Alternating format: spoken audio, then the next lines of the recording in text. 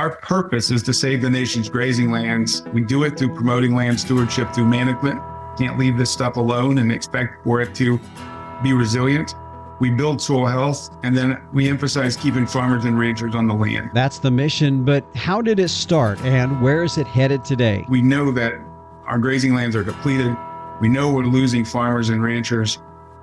We don't have a stance anymore that seems like we need to grow farms and ranches. It's more like, how do we preserve farms and ranches? Today, Stephen Rhines, CEO of the Noble Research Institute, joins me as we talk about the origins of the organization, what shaped its vision in the 1940s, and how that work continues today, focused on preserving ranches and grazing land across the country through partnerships and educational opportunities. Then later in the show, we'll be talking on 4 key deworming concepts designed to slow resistance and strengthen your parasite control strategy. That's on today's episode of the Working Ranch Radio Show.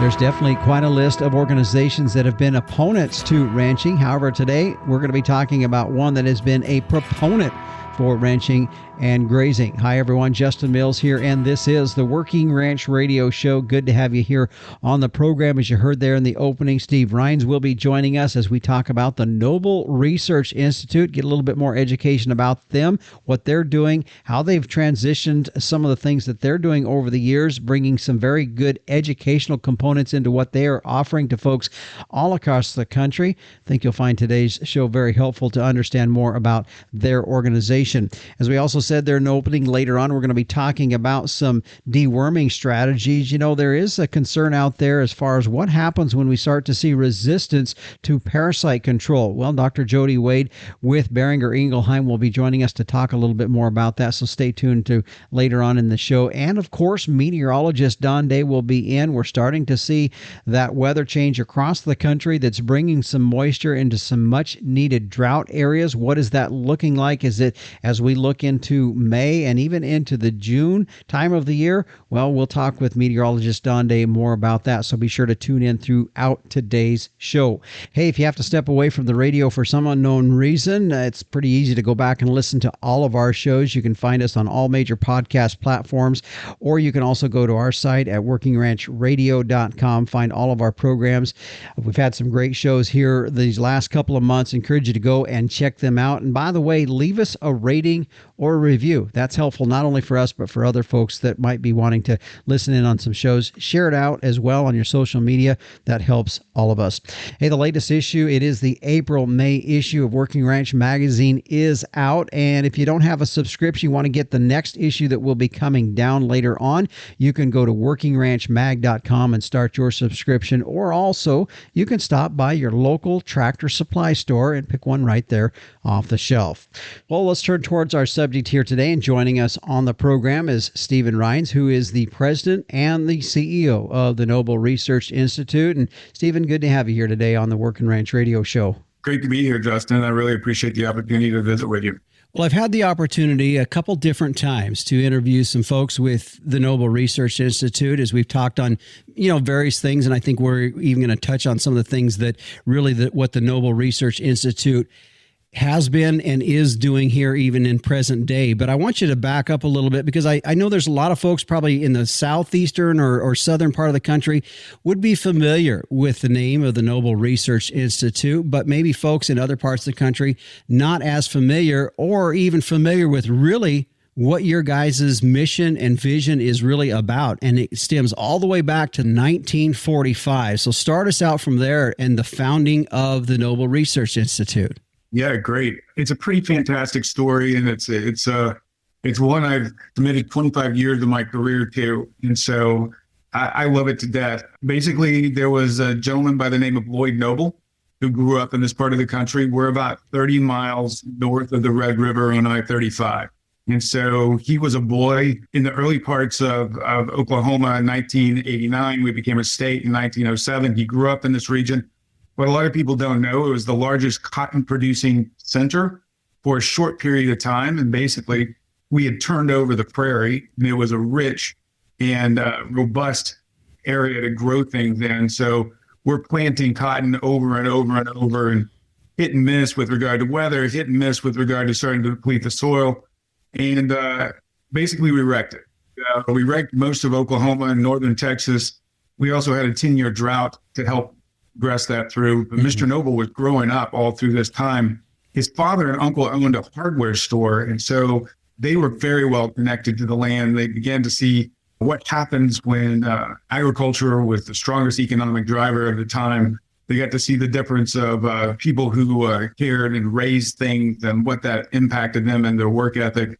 And so he got really strong affection for agriculture and its purpose, not only in that region, but for the whole United States. He kind of bounced around as he got a little older. His mom wanted him to be a lawyer. He didn't know what he wanted to do. We hit oil, one of the largest domestic finds, just about 25 miles north and west of Ardmore, which is where we're located, Ardmore, Oklahoma. And so he was pulled into the oil field mainly by curiosity and entrepreneurship and those sort of things. And he just appreciated what the U.S. had given him and the ability of a free market and those sort of things. And so as he got a little older, he decided to set up what was to become the Noble Research Institute. He set us up in 1945. We got a great pile of his writing. Pile is probably not the right word, but a great quantity of his writings around 1943 when he started to see the challenges of problem that was left over by the Dust Bowl and the wreck that it had caused in the economy and society into towns like Ardmore all across this area. He set up the Noble Foundation in 1945 and really set it on a course to work with farmers and ranchers. He wanted to show them what was being taken away from the soil. So the early days, he was testing and giving feedback to farmers and ranchers with regard to what was being depleted and what could be added back. He also started hosting contests that says, grow your crops the way you want to, and I would ask that you grow them in a different way and then try it out and see which one is more productive. We worked really, really close with Oklahoma A&M at the time. That just began to grow over the course of time. He passed away in 1950, so he didn't get to see much of what we turned into. And so we've really been running on his vision, written, spoken, and then we're blessed to basically have the fourth generation of his family still operating the Institute and serving on its governing board. So our purpose is to save the nation's grazing lands. We do it through promoting land stewardship through management. Can't leave this stuff alone and expect for it to be resilient. We build soil health, and then we emphasize keeping farmers and ranchers on the land. And there's probably a double handful of ways to do that, but we focus on farmer and rancher education. Yeah. And so how do we make you more successful in your business, and how do we help you care for and leave the land better than you found it, which is usually the driving force of most farmers and ranchers, as you know. Yeah. As you were talking about that, Steve, couldn't help but think, and it's sort of, we don't maybe see it as much here in present day. And when I say present day, I'm going to say 2 to 3, 4 years back. But I can remember several years ago when there was really a lot of pressure being put on agriculture, whether it was farming and or livestock agriculture, about outside sources that really didn't see the benefit in keeping land in production agriculture and really wanting to push agriculture out the door. What I thought was interesting was, as you look back to the history that you were talking about with the startup of the Noble Research Institute, this has been an organization that has been just the opposite of that, hasn't it? That's a great characterization. The nation's grasslands, and it's not just the nation's grasslands, it's the world's grasslands, was built for herbivores. And so go all the way back to what used to be one of the greatest prairies would be part and included in Oklahoma. And we don't really think about that now because it's been so dissected and it's been so depleted, and trees grow up where grasses used to be. But we see the importance of livestock in combination with the maintaining of our nation's grasslands. And that's really what we're working for. And we don't see it in the context of really any other model other than livestock production. So it could, and we focus on beef cattle, but it could be any ruminant. Yeah. So sheep, goats, bison, all of those fit for sure. But our emphasis, of course, winds up being beef cattle. Yeah. Well, especially with you located in Oklahoma too, as well. Absolutely. But and not just there, but even the surrounding states as well. That's conducive to beef cattle. Well, I think now, Stephen, is a good time. We'll take a break here. And when we come back, I want to talk about the transition that you guys made back in 2019 and how that affected what we're seeing here today from the Noble Research Institute. Okay, we'll do that when we come back. You know, your pasture is under attack. Yeah, horn flies. They're wreaking havoc on your herd, dealing damage to your cattle's weight, and in turn, that does affect your bottom line. That's why you need a solution in your arsenal that can withstand an attack. Alticid IGR is the first and proven feed-through that is battle-tested as an effective hornfly management product, delivering the defense needed to keep your herd productive and your profit strong. Win the battle for your cattle. Learn more at AlticidIGR.com. Imagine keeping your cattle exactly where you want them, while being able to tap into insights powered by a collar and an app. No Fence is the world's first virtual fencing system for grazing livestock. From the palm of your hand and delivered with GPS technology, you can set and move pasture boundaries, gain insight into grazing patterns, receive reduced animal activity alerts, and more. No wires, no posts, just empowered grazing that supports healthier land and your herd goals. 10,000 plus producers globally already trust No Fence. Explore the possibilities at nofence.com. You had mentioned that you had been with the organization for 25 some years or so in that, but I know in 2019 is when you took over as the CEO of the Noble Research Institute, but it was in 2021 and you'd have been part of this when you guys organizationally started to make some shifts in that. And I'm sure it wasn't all just roses and rainbows in that shift, but you did make that happen. Explain that shift, what happened and where we're at today with that. Yes, Noble Research Institute used to be a lot of things to a lot of people. Historically, we've had scientific research, and we've grown up through the decades with this, so this wasn't something new. We had scientific research, and we were looking at fundamental and applied sciences associated with plants. We tended to work more in forages than other crops, those subject to being grazed, but we were in a variety of crops. We were focused on education and consulting with agricultural producers, but really within only a 100-mile radius of Ardmore. And so if you looked at all these pieces, they were doing great work. They were doing substantial things. But as we looked at the landscape, we revisited what Mr. Noble wanted from us, what he wanted from this organization to serve farmers and ranchers, not just in a 100-mile radius, but in the nation. We looked at a lot of our science, and while it was quality science, published in the greatest of journals, the likelihood that it was going to trickle down or actually impact an acre or the bottom line of a farmer and rancher in Wyoming or Oklahoma or wherever was more unlikely than likely. And so it just gave us a chance to reset. There was a couple of events going on. My predecessor had helped create the Soil Health Institute out in Raleigh, North Carolina. He'd been a part of that. This organization had been a part of that. It opened our eyes back to this conversation of soil health and how incredibly important it is that these are largely built on principles, not practices. There was the idea that our founder had written so much about this, and aligning with donor intent is very critically important to not only this organization, but the board that runs this organization. And so everything lined up that said, this is an opportunity to transition back to where we belong. And honestly, it couldn't be at a better time. We know that our grazing lands are depleted. We know we're losing farmers and ranchers. We don't have a stance anymore that seems like we need to grow farms and ranches. It's more like, how do we preserve farms and ranches? So everything lined up incredibly well for Noble to be in the conversation, redirect our education to these issues, redirect our science to answering questions that farmers and ranchers have, and do it on a national scale.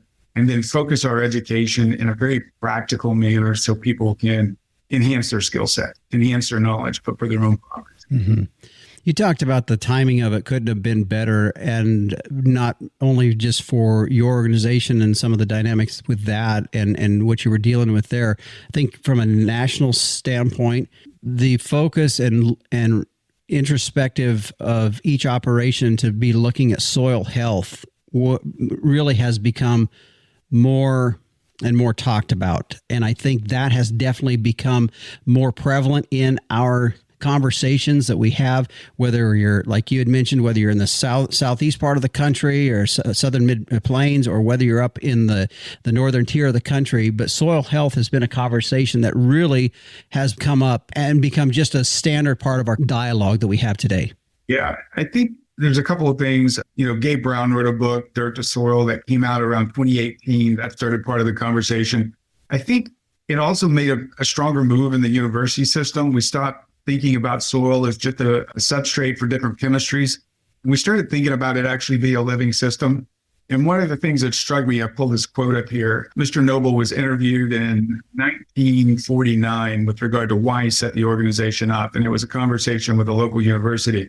And he said to increase the number of men and women who really know and understand the land, specifically those who know its needs, its strengths and weaknesses, and know that it's alive and can bring forth living things. That mindset in 1949 was extraordinary. Mm-hmm. Now we almost take it for granted. But to your point, and where it's a discussion point at this 15 years ago, it really was a novel idea to think of the soil as alive. And some people were starting to look at it that way, but across the board, this is just almost a recent discovery, which is pretty amazing. Mm-hmm. Yeah. You talked about the 21 organizational change that we began to focus. And then in addition to that, later on, a couple of years later, we move ahead into 2023. And that's where you guys began launching your educational courses, looking at this U.S. grazing lands and how we can continue to develop that in terms of looking at the overall ecology in that soil and the health of that soil. Explain those educational courses and how that's moved since then. Sure. We started pretty simply. It's not that people don't understand it. It's more like it's a new set of skills. So going out, and most livestock operators know their animals incredibly well. You begin to recognize when one's ill before anybody can detect it. The same can be said of your land, but that's a learned skill set. Mm-hmm. And so how much forage does my herd take off in a day or take off in a half day? Those are all things that you have to acquire. And so we build land and monitoring classes, kind of give you a skill set on what to look for and how it fits and how to measure those things. Grazing classes do just that. They begin to look at the idea of the business of grazing. How do I stockpile forages? How do I move my cattle on a regular basis to try to provide the rest and rotation that I need with regard to recovery? Profitability classes. Before we started the podcast, we talked a little bit about Ranching for Profit. So we partnered with Dallas and Ranching for Profit. And so where most of his classes are 6.5 to 7 days, we started breaking this down in bite-sized chunks. And so we might offer a class for 2 days to get you some skill sets, maybe introduce some concepts to you with the idea that you would attend the Ranching for Profit courses or come to other courses that Noble might offer. But a lot of these tools are looking at the whole entire range. We believe that oftentimes we focus on only the animal and its productivity, but we actually build our educational pathways over 5 different areas.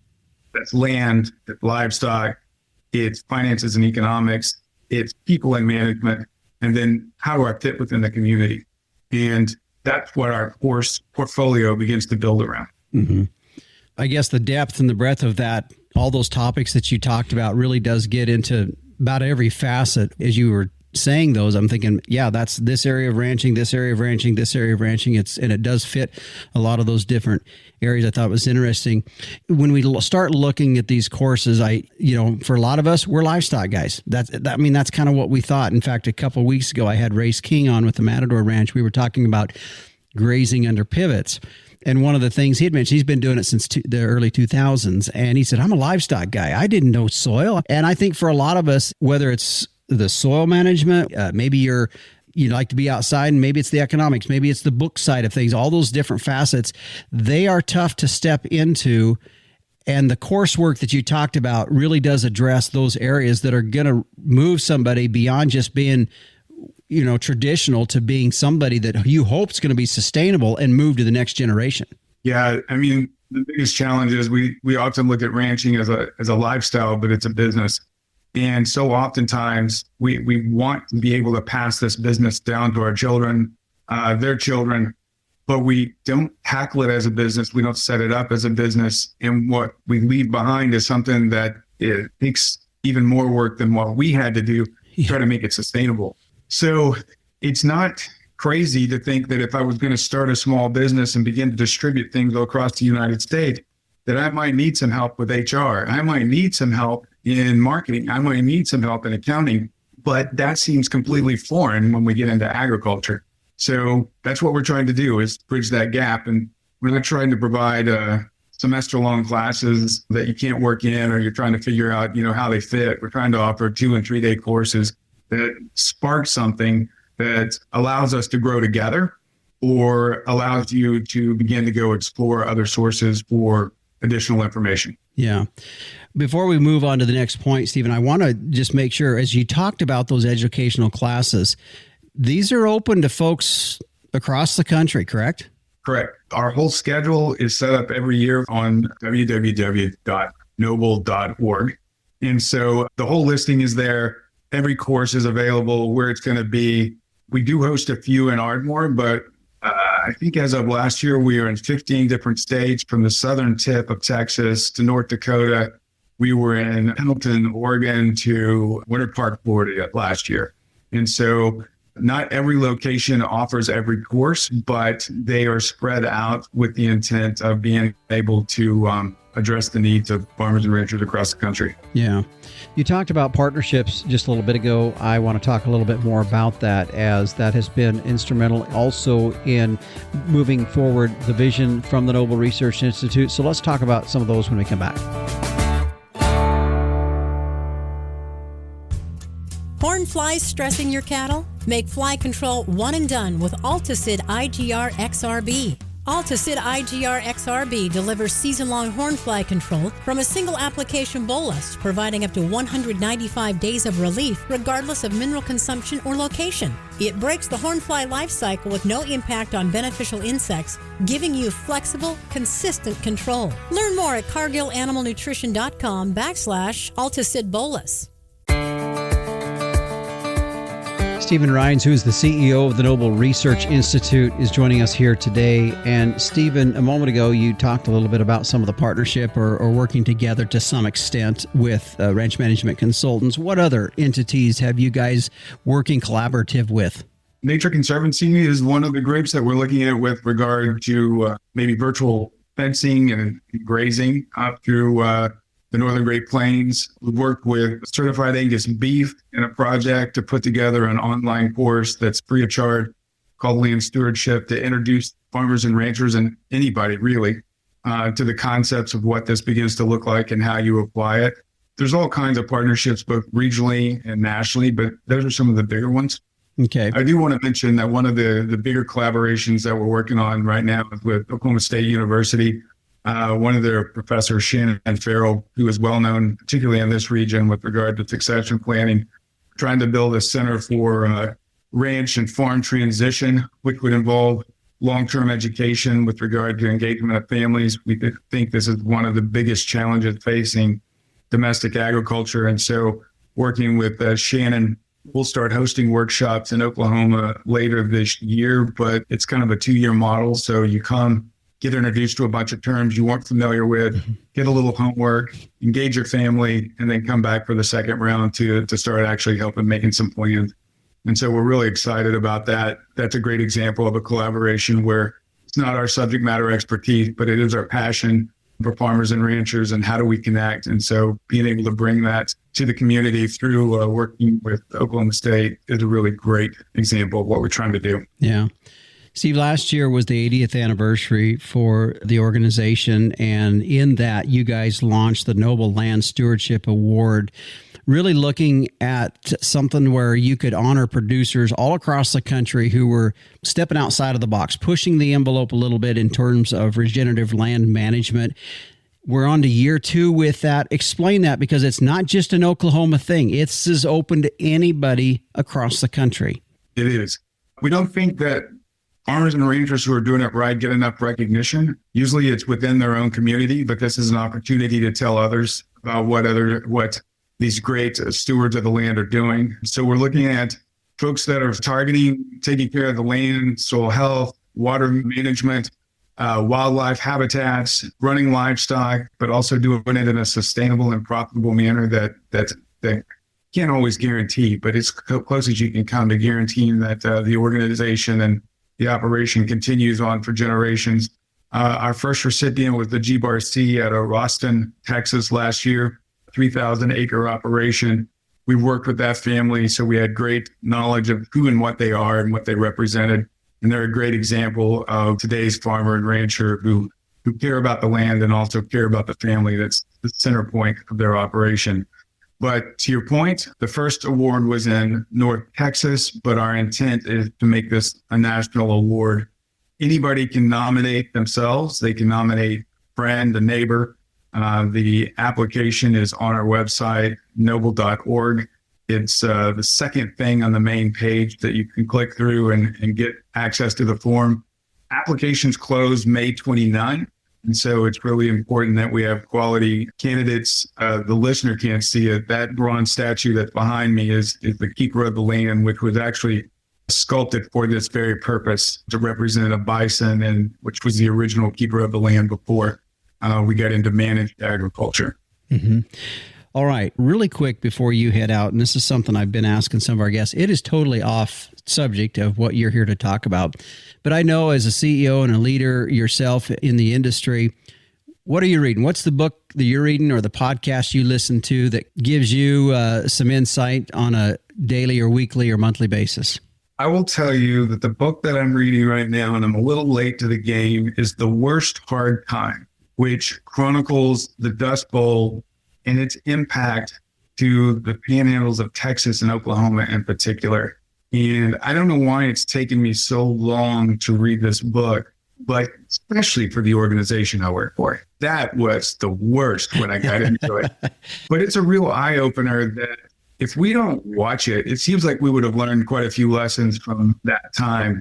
But for government policy, which could have the best of intentions, challenges of the things we can't control, which are markets and weather, and building resilience in our operation that actually can weather these uncontrollable issues.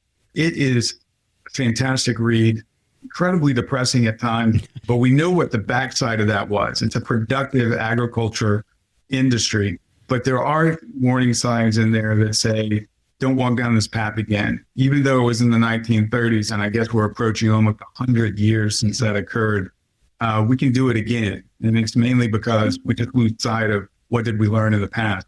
But that's my current read. Yeah, very good. Just, I guess, some final thoughts from you before we head out here today. I know I want to make sure folks remember about the conversation we had about the educational courses. I think that is huge. I think that's a big element where we can, if you don't have a line item in your list of categories in your accounting software that says professional improvement, then you might need to add one and look at ways you can do that. Yeah, I'm not stealing his thunder, but he is one of the first persons that I've heard that really stressed it. But when you had Dallas Mount on the last time, he's a huge advocate for training and self-development. We do it in every other industry. But when we get to agriculture, we can't figure out how we're going to work it in. Where's the time? Where's the light educational budget for that? Because really, if you look across industries, agricultural education is at the lowest level of any other professional development that I've ever seen. But it is critically important, not only to our operations, but to our families and what we're trying to achieve. Sometimes just get a new set of ideas that we can go explore, but you got to get exposed to them somehow. Yeah. Podcasts are great too, but sometimes there's that community of sitting in a room with a bunch of other people who are going through exactly what you're going through. I know every time I go to a Ranching for Profit or Executive Link, it is probably one of the best weeks I've ever spent, mainly because I pick up so much from my table. Mm-hmm. Yeah. No substitute for it. Well, Steve, thank you for joining us here today. We've had a great conversation on this. If folks, again, the website is noble.org. You can find more information about all of the educational courses that we were talking about, as well as the Land Stewardship Award. I'm looking at the website myself. I can see where you can apply now. That is the 29th of May when that application is due. Thanks for being here today on the Work and Ranch Radio Show. Thank you for the opportunity, Justin. I've really enjoyed the conversation. You bet. And again, that was Stephen Rhines, who is the CEO of the Noble Research Institute. And again, their website, if you'd like more information, you can go to www.noble.org. We'll stay with us later in the program. Meteorologist Don Day will be in with a look at our long-range weather. And coming up next, we're going to talk about parasite resistance. Back after this.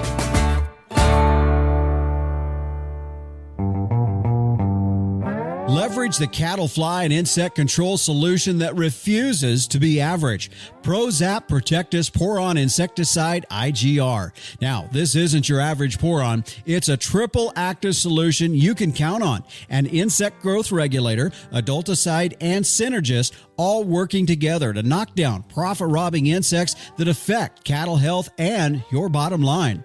Ready to use as a pour-on for season-long control of lice, which means less time in the chute and more time getting things done. For fewer treatments and less handling that pays in dividends, choose Protectus. Talk to your Neogen rep or order through your distributor today. Visit prozap.com for more information.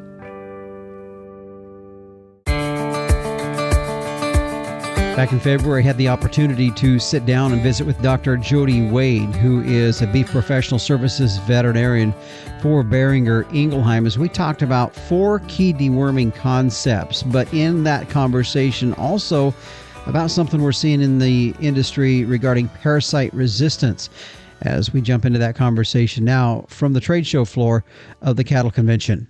So as we jump into our topic here today, looking specifically parasite control, just the management of parasite in our livestock herd, it always gets back to me. I always think about how do we help these cows get the most out of what we give them.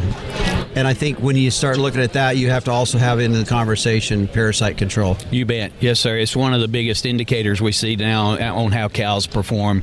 One of the biggest issues we talk about now, and you'd think we'd be ahead of the game, is resistance issues with parasites. And it's worldwide. We're seeing it everywhere.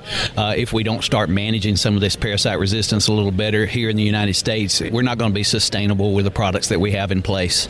I think for a lot of us as producers, we don't really think about that. I mean, what's the strategies in limiting that resistance? You know, one of the things that I always try to bring up in some of our producer meetings, Justin, when we talk about parasites, is talking about diagnostics. And if you had 300 producers in the room and you asked them the question, how many of you guys are pulling routine fecals to see if you really do have a parasite issue on your place?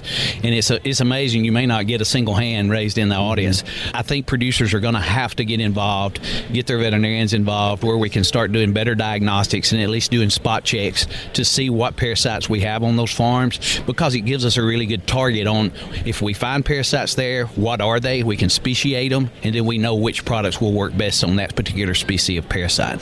You know, when you say that, I kind of feel a little guilty because, you know, honestly, and there's two sides of it. As you said, if there is a problem out there, we need to identify and know what it is. The second side of it is that if maybe you don't have the problem, then you're wasting money. Amen. Technically. Yes, you are. I agree. And, you know, this is really about not just trying to throw everything at these animals and just hope, well, I hope something fits. I think that's a good point. That, you know, the diagnostics is really not something I really thought about too much. So yeah, and when we start talking about parasite diagnostics, it's easy to do. It really is. And you don't have to take fecal samples on every animal in the herd. We can just do 5 to 10% of those animals, send them to the diagnostic labs, and let those parasitologists look at them, and we get a really good evaluation on what parasites are there, how heavy a load it is, and then they can give us indicators on which products we need to choose in the deworming program. And it really makes it effortless. Yeah. I know in talking to you guys, there's kind of 4 things you can look at when you're looking at this whole thing about understanding parasite resistance. We just talked about diagnostics. The next thing would be refugia. Explain that a little bit, because that's not a common terminology that I think everybody everybody has in their hip pocket. I agree. Refugia is something that a lot of producers really don't understand. And it's interesting to me because if you talk to some of the crop farmers, they've talked about Refugia and they kind of understand how Refugia works. But the way I try to explain Refugia to my producers is it's a population of parasites, basically, that has not been exposed to our deworming programs. Okay. So they've never seen that product before. And so we know that they're not going to have resistance issues and resistant alleles genetically to that particular product. The hope is that if we have Refugia in the herd, when those parasites hit the ground and they haven't been exposed, then they can crossbreed with those resistant alleles that are out there, those resistant parasites. And by crossbreeding them, we dilute that resistant population. We see that happen in a lot of other industries, but it's a tough concept to try to put into place in a cattle operation. But it seems to work. There's lots of good studies there where we've looked at it, and it seems to help. So, what are some ways then producers do that, apply that? Well, if you look at resistance patterns as a whole, one of the things I always try to tell these guys is if you think about this, if you have a 100-cow herd and you deworm every animal in that herd, once we deworm them and it kills those parasites in that animal, the parasite population that it doesn't kill, those are the ones that are resistant. Okay. So we didn't get a kill, but those are the ones that's going to flow out the back end of that animal and repopulate that pasture. So the only thing we have on that pasture is resistant genes. And so once they start breeding, then all they're breeding is resistant genes, and it's just going to continue to get bigger and bigger every year. So if we can explain the fact that Refugia is that population that hasn't been exposed, so they haven't been exposed to the product and they have non-resistant genes, then once they crossbreed, we can reduce that population that's out there. The only way we can measure that, though, is through diagnostics. We have to look. So then the next step in that would be a combination treatment aspect of this. So when I hear you talking about Refugia and understanding that, well then, from a treatment standpoint, what are we looking at? You bet. Combination treatment seems to be the trend, and they're doing it globally all over now. A lot of countries are ahead of us when it comes to combination treatment, but we know that combination treatment works. So what we mean by combination treatment is using two different compounds, two totally different compounds in that deworming protocol. So a good example would be like a macrocyclic lactone or a white dewormer, and using those in combination. Their theory behind that, and what we've seen in some of the studies is that white dewormer may be really, really good on a certain population of parasites. The macrocyclic lactones would be even better on another population of parasites. So in combination, they kill parasites that the other one would not kill. So we decrease that population of resistant genes that's there. Yeah. As you say that too, it makes me think about it's not just like a one and done thing either. When you're in your treatment and your control of this, you need to continue this on. I agree, Justin. It's something you have to stay ahead of, and it's something that you just can't do 1 year and then quit. You want to try to continue to do that and look at parasite loads every year when you get ready to make those decisions on products that you're going to use, and make sure those veterinarians are involved, because the vets now that are really, really interested in this have worked really, really hard to sit down with their producers and try to say, okay, here's a structured protocol that we need to look at. We need to do diagnostics. When we're doing herd checks or preg checks or whatever, we can pull a few fecals and we can look at those parasite loads there and then make some educated decisions on what we need to be doing. Well, that kind of leads us into the next part of this is really the management side of that, and that is, we're doing the diagnostics. We're determining what in there has been resistant or what's not resistant. We've got that figured out. Have a combination treatment, and really then just kind of being strategic as we move forward, which is kind of what you were talking about. It is. Management plays such a huge role, so we hope to manage the program and the protocols a lot better, but the other management part of that whole program is looking at our pastures. Yeah. We don't want to pick those pastures down so low, because we know that those parasites, when they start to populate the pastures and they start to basically place themselves on those grass blades, they're doing it at lower levels on the grass. So if we can keep the grass a little bit higher, then we know that those cattle are eating above the parasite population. If we eat it down like a bunch of goats and sheep would, then we know that we're exposing those cattle to a lot more parasites, because that's where they're going to be, is on those lower levels of grass. Yeah. And I think when we start talking about parasite control, and I know we have folks in our industry that really work hard about the management of our pastures, and that we're not grazing them down, and that we're reducing our parasitic impact on our herd. And I think we would agree that's extremely relevant. So we don't talk about this stuff with the idea of, okay, now you can abuse your pastures. That's really not the point. I mean, at the end of the day, we still need to be good stewards of the grass. Good stewards of the grass, good stewards of the land. I agree. To make it sustainable, we have to do that. So as we kind of wrap all of this up and kind of put it together, I know there's a lot of resources out there, a lot of information. If folks are wanting to get more information on this, I think going through, what we did here today, just talking about one of the first things to get off the ground, diagnostics. I mean, it does start there, doesn't it? It does. It really does. Yeah. And like I say, it's an effortless process. It doesn't take very long to do. There's not a lot of work or money included in it. So it gives you a good scientific program or scientific protocol to base pretty good decisions off of. So if you were sitting with a producer, where do you tell them if they want to find out more information on kind of some of the stuff we talked to, but then also where would they go? Who would they get a hold of about starting the diagnostic process and working through this? Their veterinarians would be in the forefront by no means, but our animal health salespeople is always out there talking about it as well, and they're very well informed on who can do it and where it needs to go and where those samples, how do they need to be packaged and things like that, because all those things will play a role. The other thing that's interesting to me, though, is once these guys get involved and they start pulling these samples, it's pretty eye-opening sometimes for some of these producers to see exactly what they have there, because some of them may not have any parasites there at all. They may not have a heavy load, and they think they've been worming all these years and wasting their money, for no reason, because parasite load just wasn't there anyway. Yeah. I think of the timing of, when to move forward on this. I realize, probably southern climates have more of a year-round type issues than northern climates, probably from a standpoint of getting diagnostics done and moving forward to get going on that.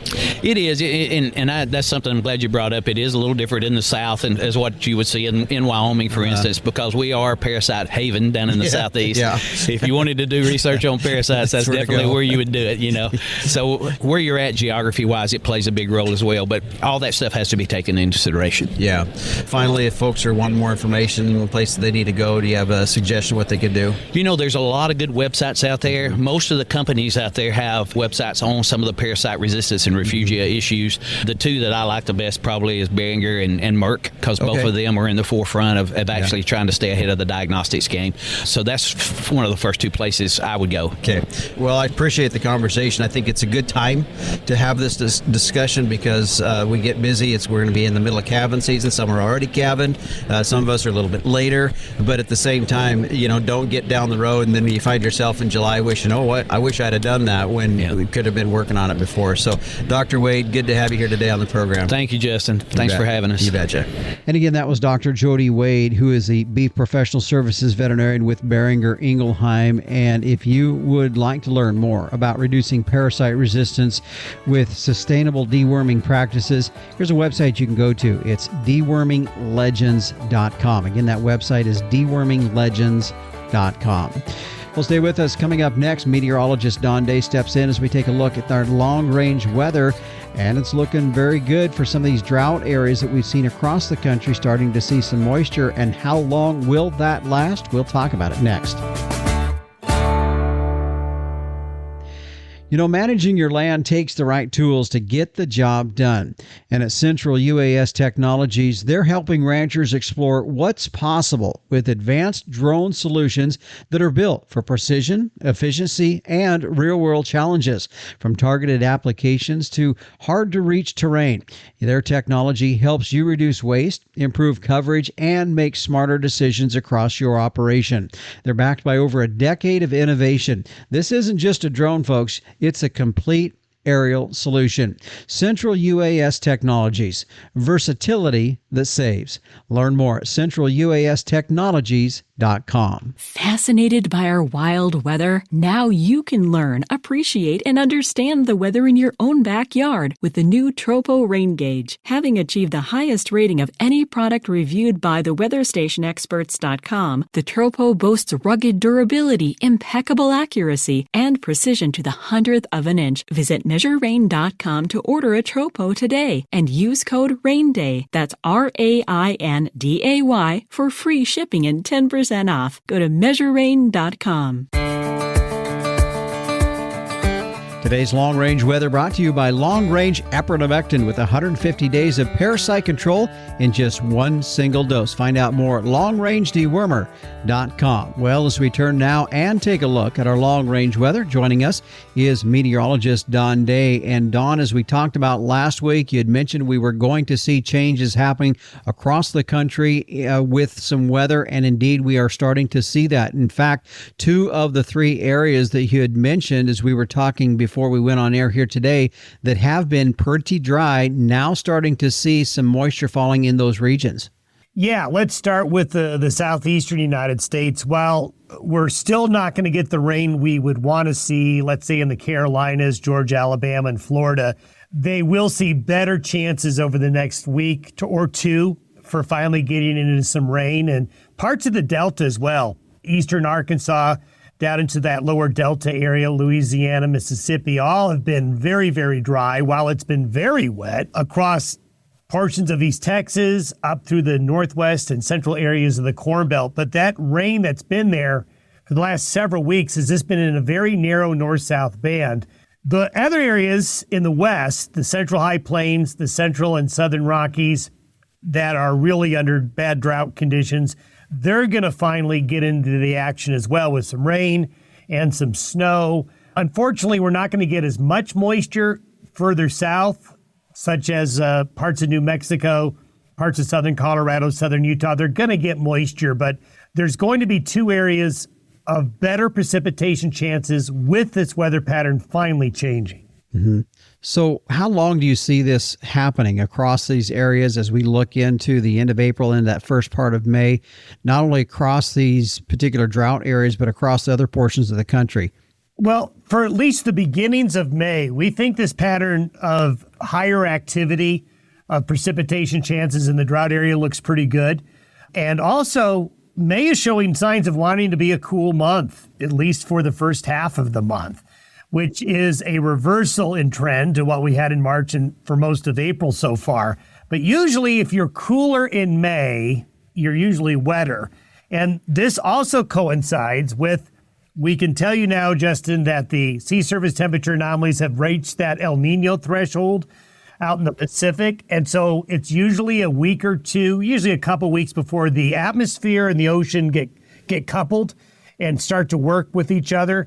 So that would also argue for better precipitation chances for a lot of the U.S.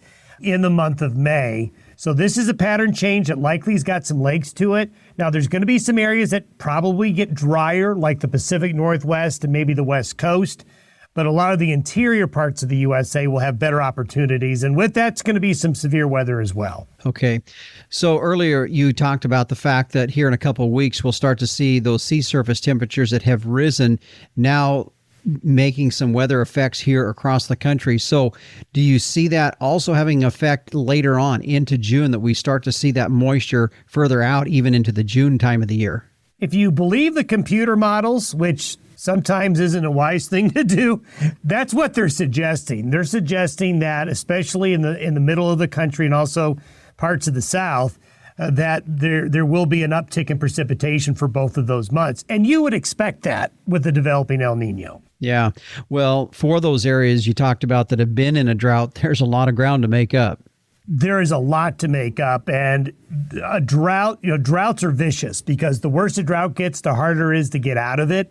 And you're not going to end a drought in one storm, even 2 or even 3 or even 4. You have to approach a drought like you're going to eat an elephant, one bite at a time. Yeah, for sure. Well, I'm starting to get concerned because my cheatgrass crop was only going to be about an inch or 2 high.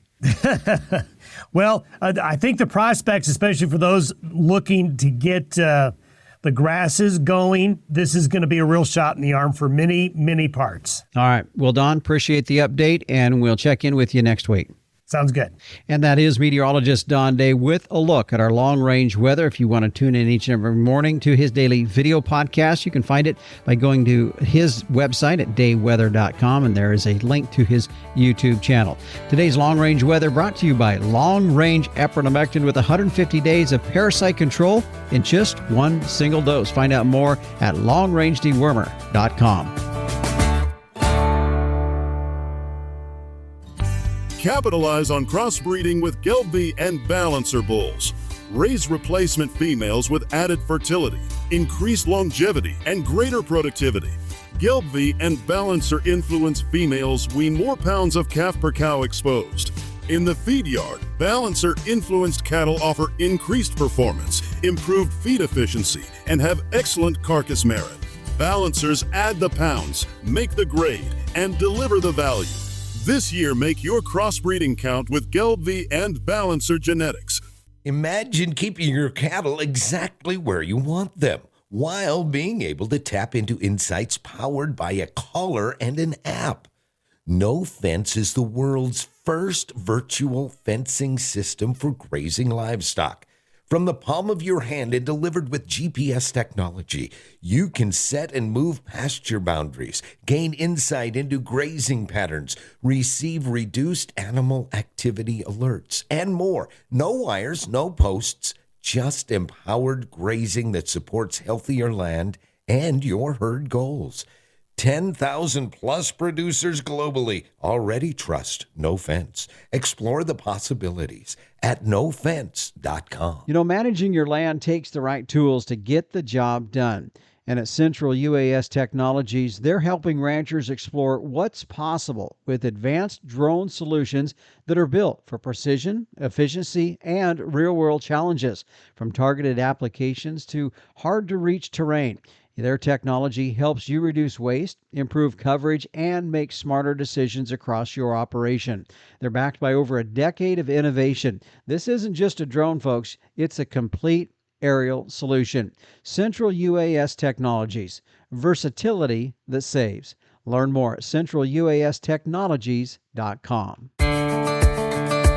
Well, at the beginning of the program, I had mentioned that we've had some really great episodes here for the last several months. I just wanted to highlight a few of those in case you missed them. And of course, you can catch all of our programs. You can go to your favorite podcast provider, or also you can go to ours at workingranchradio.com. And like I said before, make sure you click to subscribe if you're listening via podcast provider, because then as the new episodes roll out, they'll download to your device and you can listen to them whenever you'd like. But here are some of the shows that we had. In fact, last week we talked on eminent domain, what landowners need to know. Tiffany Dow-Lashmet, she's an attorney for Texas A&M University, joining us on that show. Very informative, a lot of great information. Should that issue ever land on your doorstep, some things to keep in mind, very helpful information that she shared with us. The episode before that, it was episode 249, Making Kentucky 31 Fescue Work, and what that teaches about grazing management. Dr. Harley Nauman joining us on that. And while I realize that the fescue belt is not really the entire country, there were some things that he talked about when it comes to grazing management that doesn't just apply there, but applies to all of us that graze livestock. So some very helpful information there that Dr. Harley Nauman shared with us on that one. Prior to that, Race King with the Matador Ranch out of Montana talked with us on Does Grazing Under Pivots Pencil? He's been doing it since the early 2000s, and we hear from him as far as some of the things that he's learned off that and how that went for them. And then the next program after that, we had Troy Hadrick out of South Dakota talking about how they transitioned their cropping operation. They're a dryland outfit in South Dakota, how they transitioned from crops to cattle. And one more show just to highlight again, is this did have quite a bit of response, is why calves crash 3 weeks after weaning or a stressful event, as Dr. Blaine Ellison joined us on that one. Some very great programs there in the last several weeks that we've had, even ahead of that. And like I said, if you listen to something, you like it, share it out on your social media, leave ratings or a review, or click to subscribe. That's helpful for all of us.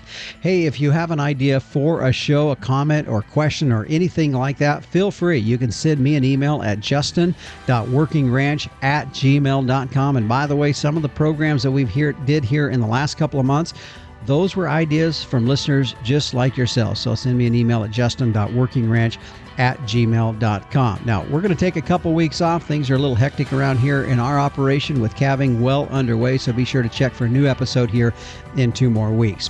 Well, the Working Ranch Radio Show is a production of Working Ranch Magazine, branded #1 by America's Ranchers. We thank you for joining us. I'm Justin Mills, and until next time, keep your chin down and your mind in the middle. So long.